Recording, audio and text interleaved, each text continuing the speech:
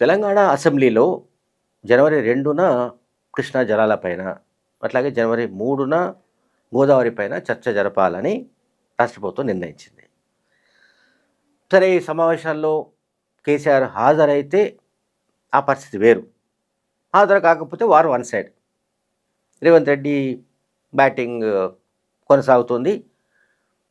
ఇక ప్రధాన ప్రతిపక్షం బీఆర్ఎస్ తరపున హాజరయ్యే వాళ్ళు మరి ఏ రకంగా హ్యాండిల్ చేస్తారు, రేవంత్ రెడ్డితో ఎట్లా తలపడతారు ఏంటనేది మనం చూడాల్సిన చాలా ఇంపార్టెంట్ ఇష్యూ.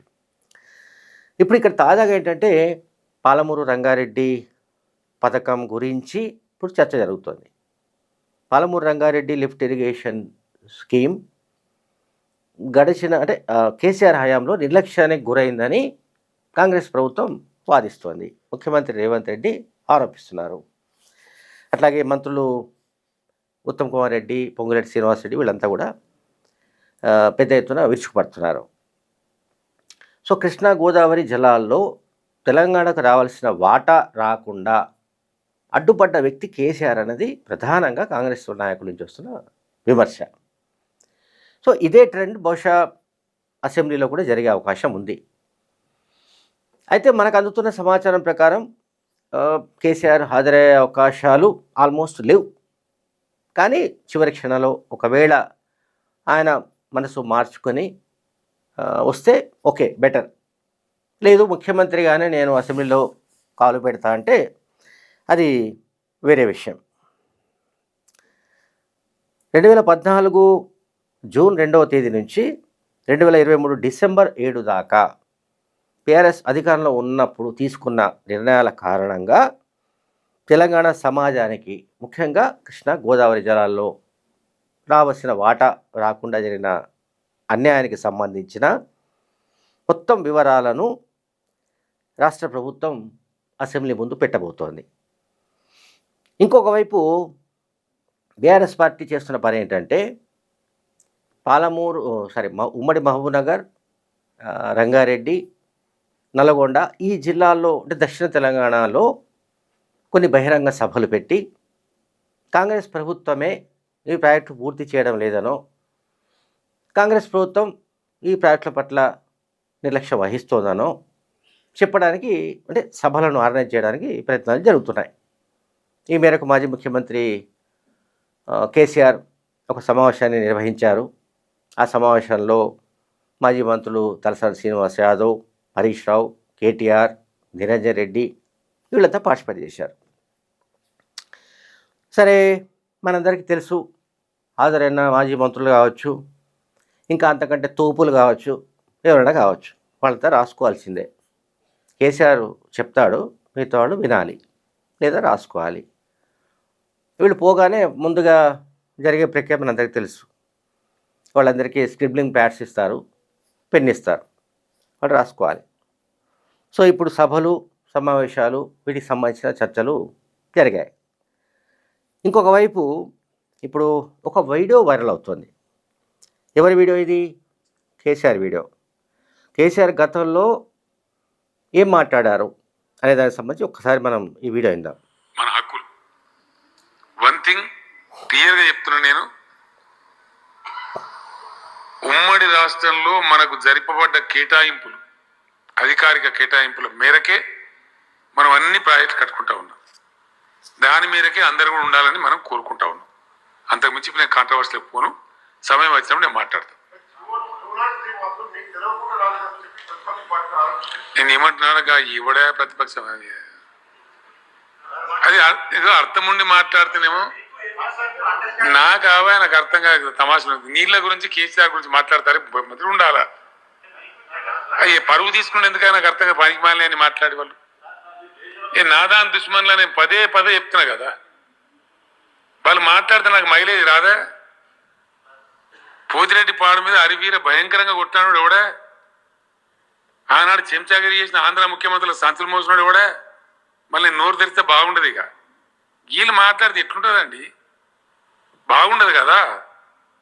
వాళ్ళకి అంశాలు ఎత్తుకోవడం తెలుస్తలేదు పాపం. అది విషయం నాకు అధికారికంగా వచ్చిన 5 నిమిషాలు కదా, మీటింగ్ ఏర్పాటు చేసి ప్రొటెస్ట్ చేసినాం, పంపించినాం కదా, వీఆర్ ఫైటింగ్ కదా. దాని మీద మాట్లాడితే ఇంగితం ఉండాలా.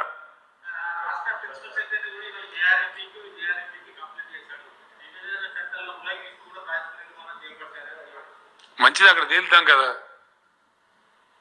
ఇప్పుడు సపోజ్ పాలమూరు ఎత్తిపోతల పథకం ఉంది, మా మీద సుప్రీంకోర్టులో కేసు వేసిండ్రు, సుప్రీంకోర్టు మేము కొట్లాడినాం, ఆర్డర్ ఇచ్చిండ్రు, అపెక్స్ కౌన్సిల్ బొమ్మన్నారు, పోయినాం. అప్పుడు ఆయన ఇంకొక ఆయన ముఖ్యమంత్రి ఉండే, నేను కూడా హాజరైనా, మాట్లాడినాం. మాట్లాడితే ఆయన ఒప్పుకొని లేచిపోయిండు, మీరు కట్టుకొని మాది మేము కట్టుకుంటామని. దాని ప్రకారం ప్రొసీడ్ అయ్యి కట్టుకుంటున్నాం. ఆ మినిట్స్ కూడా ఉన్నాయి కదా ఇప్పుడు. అప్పుడు ఉమాభారతి గారు ఉన్నారు. నేను ఏమంటున్నా అంటే, మేము చట్టం పరిధిలో మా ప్రజలకు న్యాయం చేయడానికి మాకున్న వాటా పరిధిలో మేము కట్టుకుంటున్నాం. మేము ఎక్కడ ఉల్లంఘించలే, అతిక్రమిస్తే మాకెవరు ఊరుకోరు. కాబట్టి మేము వివాదాలకు పోదలుచుకోలేదు. నేను ధైర్యం ఉన్న మనిషిని, నేను పిచ్చిగా అల్లాటప్పగా మాట్లాడేవాని కాదు. ఎందుకంటే నాకు విషయ పరిజ్ఞానం ఉంది, భౌగోళిక పరిజ్ఞానం ఉంది, ప్రజల అవసరాల ఏడలో కన్సర్న్ కూడా ఉంది. ప్రజలు ఎక్కడ వాళ్ళని ప్రజలే. ఎస్, ఎవడో చిల్లరగా కూడా నువ్వు రాయలసీమకు నిలువు అని అనలేదా? ఎందుకు అనలేదు? 100% అన్న. నేను ఖచ్చితంగా చెప్పిన, ఇప్పుడు కూడా చెప్తున్నా. ఎందుకు పోతుంటే రాయలసీమకు నీళ్లు, గోదావరిలో సముద్రానికి పోతున్నాయి నీళ్లు, అవి తీసుకొని పొమ్మని చెప్పిన నేను తప్ప. ఎక్సెస్ వాటర్ ఉంది గోదావరిలో, దాన్ని మలుపుకొని రా తీసుకుపోయినని చెప్పినాం. అది బుద్ధిమంతుల మాట కదా, మంచి మాట కదా. మేము కనుక లొల్లి పిచ్చి లొల్లి మేము పెట్టాం, మాకు అట్లాంటి చిల్లర అవసరాలు లేవు. కాబట్టి మేము పర్ఫెక్ట్ ఉంటాం. 100% మాకు ప్రజలు పర్ఫెక్ట్ మద్దతు ఇస్తున్నారు. ఈ వీళ్ళ గురించి పట్టించుకోవద్దనే మాకు ప్రజలు చెప్తున్నారు. ఇక ఊరికే మీ టైం వేస్ట్, మా టైం వేస్ట్ ఎందుకు?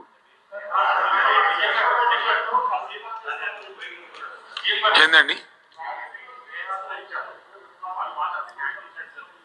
అది వాళ్ళ కర్మ, మేమేం చేయాలా? నేను మీకు యాది ఉంటుంది, మీరే రాసిన పేపర్లలో ఆ రాష్ట్రం అంతా పిలిచి భోజనం పెట్టి కూర్చోబెట్టి, బేసిన్లు లేవు, బేసేజాలు లేవు, బ్రహ్మాండంగా నీళ్ళు వాడుకోండి, మేము వాడుకుంటాం, మీరు వాడుకోండి, ఇరు రాష్ట్రాలకు సరిపోను ఇంకో 1000 TMCలు ఎక్కువ ఉన్నాయి, పిచ్చి కొట్లాడలు బంద్ చేయండి అని చెప్పాడు. అట్లనే అంతకుముందు చంద్రబాబు నాయుడు ముఖ్యమంత్రి ఉన్నప్పుడు మాట్లాడితే బస్తీ మీద సవాల్. ఏం సాధించారు? 1 TMC సాధించారా కృష్ణాల? పచ్చ జెండాలు వచ్చి కర్ణాటక బార్డర్ మీద పోవడం, మాట్లాడితే బస్తీ మీద సవాళ్ళని తొడగొట్టి సుప్రీంకోర్టు పోవడం ఏమైనా తెచ్చిందా? చంద్రబాబు నాయుడు బాబ్లీ పంచాయతీ, బోగస్ పంచాయతీ ఏమైనా వచ్చిందా? ఇలా మేము తెచ్చినాం.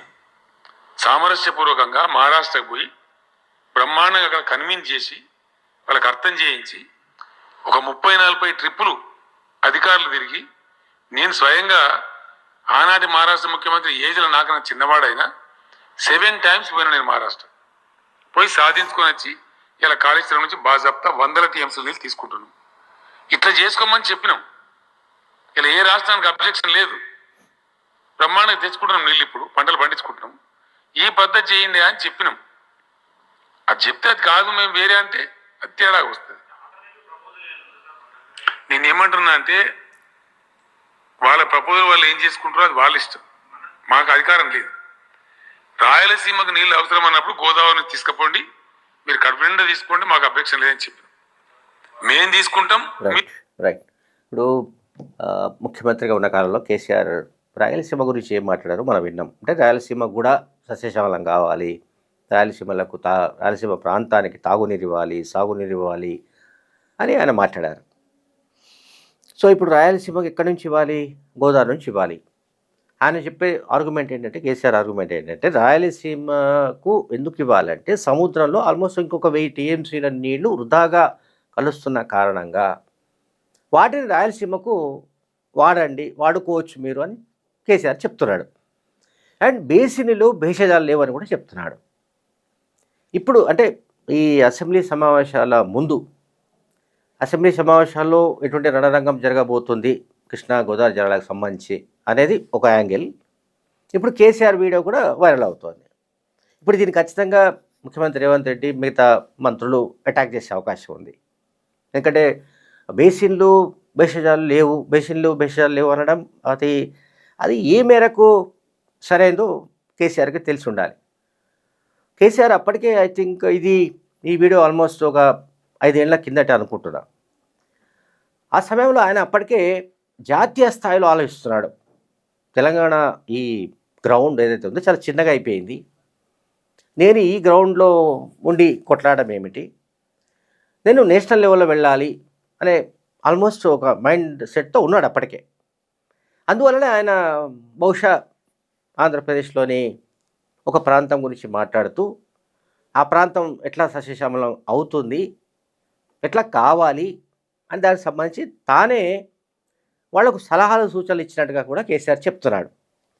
సో, ఈ అంశాలన్నిటి పైన వీళ్ళను బీఆర్ఎస్ పార్టీని డిఫెన్స్‌లో పడవేయడానికి ముఖ్యమంత్రి రేవంత్ రెడ్డి వ్యూహరచన చేస్తున్నారు. Thank you very much.